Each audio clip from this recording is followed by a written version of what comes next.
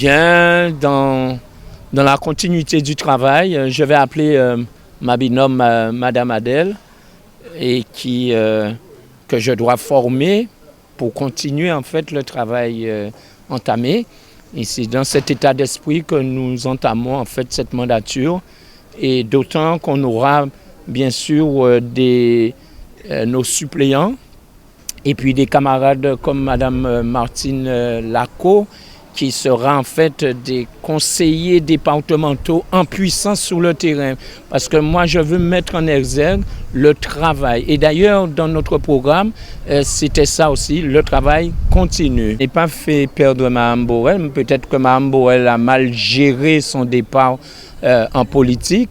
Et je dirais aussi que la population guadeloupéenne a bien compris que aujourd'hui, plus que jamais, il ne suffit pas de dire que place à la jeunesse, place à la jeunesse, et puis qu'on ne met pas en action, qu'on ne met pas en mouvement ces propos.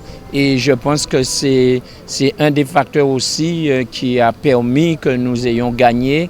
Le syndicat unique de l'eau, nous aurions pu le faire nous-mêmes, mais on n'a jamais pu s'entendre.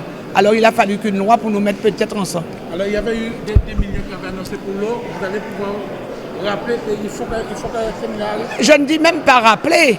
Il faut déjà mettre la structure et qu'on aille ensemble pour pouvoir le réaliser.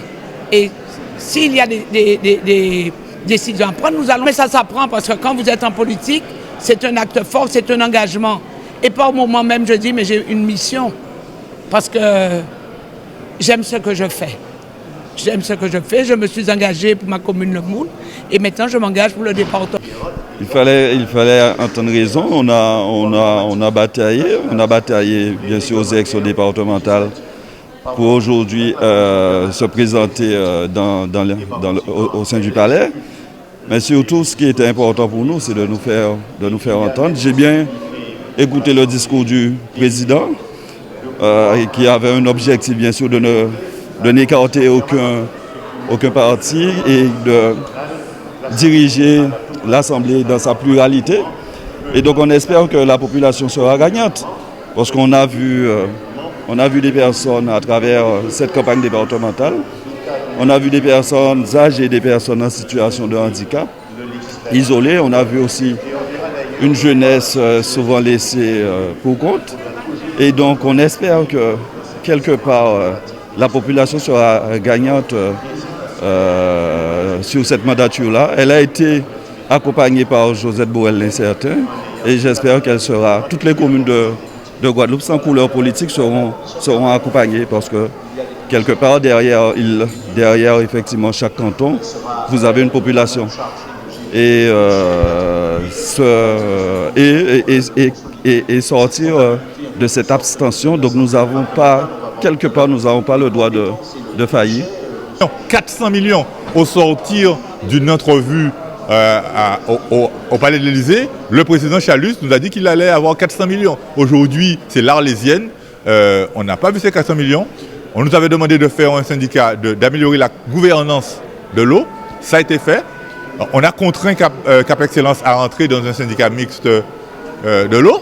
Maintenant, c'est fait. Eh bien, on attend que le gouvernement, dont la responsabilité dans la gabégie qui a géré l'eau pendant des années, n'est pas à écarter.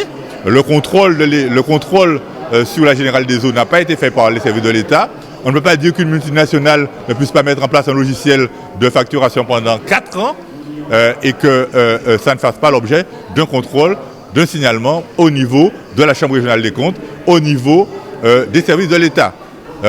Alors l'État est aussi responsable que les élus guadeloupéens qu'on a voulu faire passer comme bouc émissaire au Cinestar lors de la visite du président de la République, en excusant un procès à charge sur la classe politique guadeloupéenne, alors que l'État et la Générale des eaux ont leur responsabilité dans ce dossier.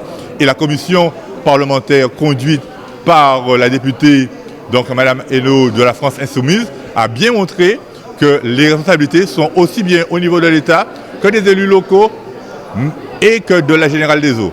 Donc aujourd'hui, il faut réparer, et la réparation passe par un apport massif de l'État qui doit s'élever à plus de 400 millions d'euros parce qu'on parle 400 millions c'est pour l'eau potable, mais et l'assainissement. Il y a des endroits en Guadeloupe, il ne faut pas se baigner parce qu'il n'y a pas de station d'épuration. Donc on ne peut pas faire le tourisme sans station d'épuration.